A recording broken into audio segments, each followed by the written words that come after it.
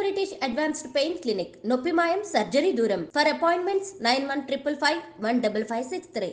సంధ్యా theatre తొక్కిసలాట ఘటన నేపథ్యంలో ఎప్పుడైతే అల్లు అర్జున్ చిక్కడపల్లి పోలీస్ స్టేషన్లో విచారణకు హాజరయ్యారో విచారణలో చాలా ప్రశ్నలు అడిగారు.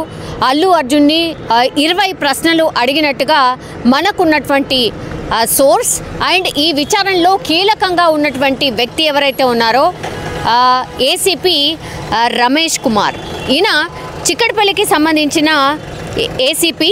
సో ఎప్పుడైతే సంధ్యా థియేటర్ దగ్గర ఘటన జరిగిందో పూర్తిగా ఈ ఘటన దగ్గర ఆ ఇన్సిడెంట్ పూర్తిగా చూసినటువంటి వ్యక్తి ఎవరైతే ఉన్నారో అతనే ఏసీపీ రమేష్ కుమార్. అందుకే పూర్తిగా ఈ కేసులో అల్లు అర్జున్ విచారణ టైంలో ఆయన కీలకంగా వ్యవహరించారు.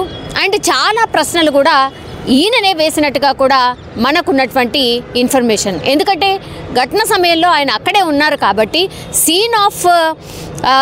సీన్ జరిగిన ప్లేస్లో ఆర్ ఘటన జరిగిన ప్లేస్లో ఆయన్నే అక్కడే ఉన్నారు కాబట్టి ప్రాపర్గా ఈ కేసుని డీల్ చేసే అవకాశం ఉంటుంది అని భావించారు. కాబట్టి చిక్కడపల్లి ఏసీపీ రమేష్ కుమారే ఈ కేసుకి సంబంధించి ఈ నోటీసులు సర్వ్ చేసిన దగ్గర నుంచి ఈ విచారణ టైంలో 3.5 గంటల పాటు అల్లు అర్జున్కి ఏవైతే ప్రశ్నలు సంధించారని చెప్తున్నారో పూర్తిగా ఈయన హయాంలోనే అండ్ ఈయన ద్వారానే ప్రశ్నలు సంధించినట్టుగా కూడా చెప్తున్నారు.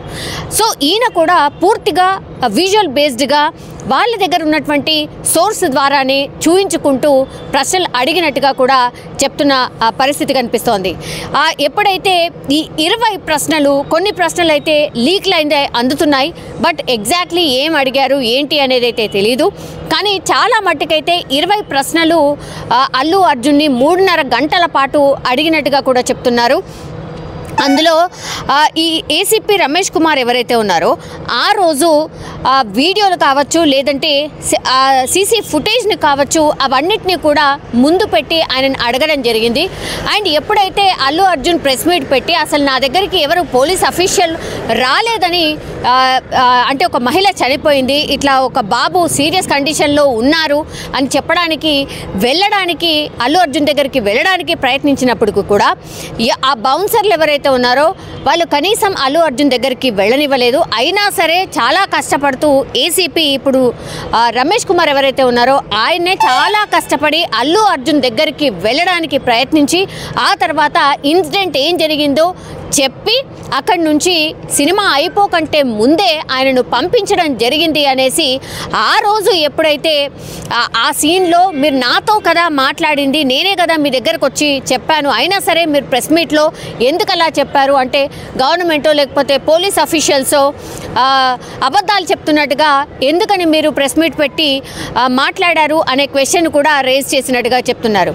సో ఎప్పుడైతే అసెంబ్లీలో సీఎం రేవంత్ రెడ్డి కొన్ని విషయాల మీద మాట్లాడడం జరిగింది, ఆ తర్వాత సిపి ఆనంద్ పూర్తిగా ఒక పవర్ పాయింట్ ప్రజెంటేషన్ ఇచ్చారు అక్కడ ఉన్నటువంటి వాళ్ళకు దొరికినటువంటి సీసీ ఫుటేజ్ ఆధారంగా.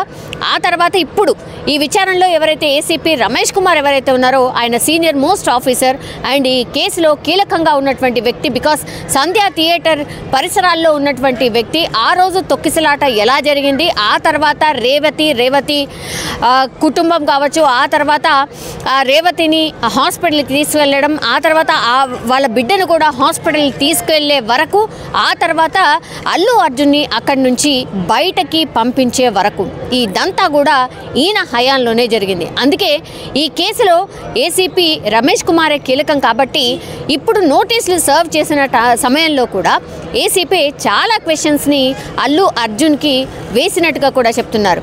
ఈ 20 ప్రశ్నలు కూడా ఏవైతే ఉన్నాయో అవి కొన్ని మనకున్నటువంటి సోర్స్ ద్వారా మనకు దొరికినటువంటి కొన్ని క్వశ్చన్స్ అయితే నేను చెప్పబోతున్నాను. అవేంటంటే జనరల్లీ అందరు మాట్లాడుకుంటున్నవే, సంధ్యా థియేటర్కు వచ్చేటప్పుడు ఎవరి అనుమతి తీసుకున్నారు, పోలీసులు అనుమతి ఇచ్చారని మీకు ఎవరు చెప్పారు, పోలీసులు అనుమతి నిరాకరించినట్టు మీకు సమాచారం ఇచ్చారా లేదా, తొక్కిసలాట్లో రేవతి చనిపోయినట్టు థియేటర్లో ఉన్నప్పుడు తెలిసిందా లేదా, మీడియా ముందు ఎవరు చెప్పలేదని ఎందుకు చెప్పారు, రోడ్ షోకు అనుమతి తీసుకున్నారా లేదా, అనుమతి లేకుండా రోడ్ షో ఎలా నిర్వహించారు, మీ కుటుంబ సభ్యులు ఎవరెవరు థియేటర్కి వచ్చారు, మీతో వచ్చిన బౌన్సర్లు ఏ ఏజెన్సీకి సంబంధించిన వారు, ఎంతమంది బౌన్సర్లను మీరు నియమించుకున్నారు? అభిమానులు పోలీసుల మీద దాడి చేసిన బౌన్సర్లు ఎవరు? ఓ మహిళ చనిపోయిందని మీరు థియేటర్ నుంచి వెళ్ళిపోవాలని పోలీసులు చెప్పారా లేదా? పోలీసులు చెప్పినా వెళ్లేందుకు ఎందుకు మొదట నిరాకరించారు?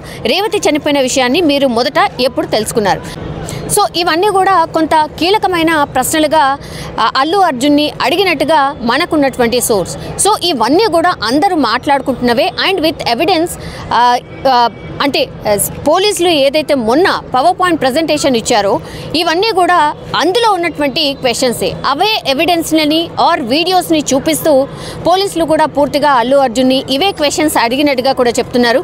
చాలా వాటికైతే ఆయన చాలా మౌనంగా ఉండిపోయారు. ఎందుకంటే పూర్తిగా సీసీ ఫుటేజ్ ఎవిడెన్స్తో పాటు పోలీసులు ఆ క్వశ్చన్స్ వేసినప్పుడు కూడా ఆయన దగ్గర ఆన్సరే లేదు.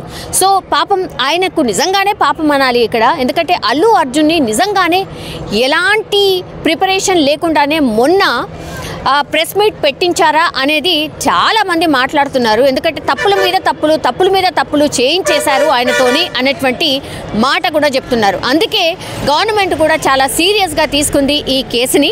అందుకే మళ్ళీ నోటీసులు సర్వ్ చేసింది. సో ఎప్పుడైతే నోటీసులు సర్వ్ అయ్యాయో అప్పుడు వాళ్లకు అసలు ఏం జరిగింది అనే విషయం అర్థమయ్యేటట్టుగా అనిపిస్తోంది. అందుకే ఇవాళ చాలా సాదా సీదాగా ఆయన స్టేషన్కి రావడం, తర్వాత పోలీసులు అడిగిన క్వశ్చన్స్కి అన్నిటికీ చాలా సావధానంగా అండ్ వెరీ కామ్ మూడ్లో కొన్నిటికి ఆన్సర్ చెప్పలేకపోవడం, ఆ తర్వాత కొన్నిటికి ఆన్సర్ ఇవ్వడం జరిగినట్టుగా కూడా చెప్తూ ఉన్నారు. అయితే ఇప్పుడు ఈ నోటీసులు ఎప్పుడైతే సర్వ్ చేశారో ఈరోజు హాజరై వెళ్ళిపోయారు. ఇక్కడికే అయిపోయిందంటే లేదు. ఈ కేసులో మళ్ళీ మేము ఎప్పుడైనా నోటీసులు సర్వ్ చేస్తాం, మీరు అందుబాటులో ఉండండి, బికాజ్ మా విచారణ ముగియలేదు అన్నటువంటి మాట కూడా అల్లు అర్జున్కి చెప్పినట్టుగా కూడా మనకున్నటువంటి సోర్స్. మళ్ళీ ఎప్పుడైనా నోటీసులు సర్వ్ చేసే ఛాన్స్ ఉంది అండ్ అల్లు అర్జున్ అగైన్ విచారణకు హాజరు కావాల్సిందే. అండ్ ఈరోజు అల్లు అర్జున్ ఎప్పుడైతే ఇంటికి చేరుకున్నారో 3.5 గంటల విచారణ తర్వాత ఇంటి దగ్గర పూర్తిగా పోలీసులు అయితే ఒక పరదాలు అంటే వైట్ పరదాలు అల్లు అర్జున్ ఇంటి చుట్టూ ఏర్పాటు చేయడం జరిగింది. ఎందుకంటే మొన్న 2 రోజుల క్రితం ఓయూ జేఏసీకి సంబంధించిన నేతలు అల్లు అర్జున్ ఇంటిపైన దాడి చేసిన నేపథ్యంలో ఇంకా కూడా కేసు నడుస్తోంది కాబట్టి రోజొక టెన్షన్ వాతావరణం క్రియేట్ అవుతుంది. కాబట్టి సెక్యూరిటీ వైజ్గా పూర్తిగా అల్లు అర్జున్ ఇంటి దగ్గర ఇంకా కూడా పోలీస్ బందోబస్తు కావచ్చు, ఆ తర్వాత లోపల ఉన్నటువంటి వాళ్ళు బయటకు కనిపించకుండా ఉండేందుకని అల్లు అర్జున్ ఇంటి బయట పూర్తిగా చుట్టూరుగా కంప్లీట్లీ వైట్ పరదాలను అయితే పెద్ద పరదాలని ఏర్పాటు చేసిన పరిస్థితి అయితే ప్రస్తుతం కనిపిస్తోంది. ఎందుకంటే ఫ్యాన్స్ కావచ్చు లేకపోతే ఎవరైనా సరే ఈ కేసుకి సంబంధించి మళ్ళీ ఏదైనా న్యూసెన్స్ క్రియేట్ చేసే అవకాశం ఉందని పోలీసులు భావిస్తున్నారు. కాబట్టి కేసు విచారణలో ఉంది, చట్టం తన పని తను చేసుకుపోతుంది అని గవర్నమెంట్ కూడా స్పష్టంగా చెప్తున్న నేపథ్యంలో ఇలా సినీ ప్రముఖుల ఇంటి మీద దాడి చేయడం ఏమాత్రం సమంజసం కాదు అంటూ కూడా పూర్తిగా సెక్యూరిటీ అండ్ వాళ్ళకి ఒక భరోసా ఇచ్చే ప్రయత్నం కూడా గవర్నమెంట్ తరఫు నుంచి అధికారులకు ఒక ఆదేశాలు వెళ్ళినట్టుగా కూడా మనకైతే స్పష్టంగా అర్థమవుతున్న సిచ్యువేషన్. అండ్ ఈరోజు దిల్ రాజు కూడా శ్రీతేజ్ని అంటే ఎవరైతే ఈ తొక్కిసలాట్లో గాయపడి ట్రీట్మెంట్ తీసుకుంటున్నటువంటి శ్రీతేజ్ని కూడా పరామర్శించి వచ్చారు. వాళ్ళ ఫాదర్కి అంటే శ్రీతేజ్ వాళ్ళ ఫాదర్ భాస్కర్ రేవతి భర్తకి కూడా కొంత భరోసా ఇచ్చే ప్రయత్నం చేశారు. గవర్నమెంట్ ఎప్పుడైతే దీన్ని సీరియస్గా టేకప్ చేసిందో అప్పటి నుంచి కూడా చాలామంది అంటే సినీ ప్రముఖులు చాలామంది రెస్పాండ్ అవుతున్నారు. శ్రీతేజ్ కుటుంబాన్ని గురించి రేవతి కుటుంబాన్ని గురించి మాట్లాడుతున్నారు, హాస్పిటల్ వెళ్ళి పరామర్శించి వస్తూ ఉన్నారు. కాబట్టి ఇది కొంతవరకు మంచి పరిణామం అని కూడా చాలామంది మాట్లాడుకుంటున్న సిచ్యువేషన్ అయితే కనిపిస్తోంది. సో మొత్తం మీద ఈరోజు దిల్ రాజు కూడా వెళ్ళి కొంత మేమే చూసుకుంటాం, మీకు మేమున్నాం అనే భరోసా ఇచ్చి వచ్చినట్టుగా కూడా దీన్ని అర్థం చేసుకోవచ్చు.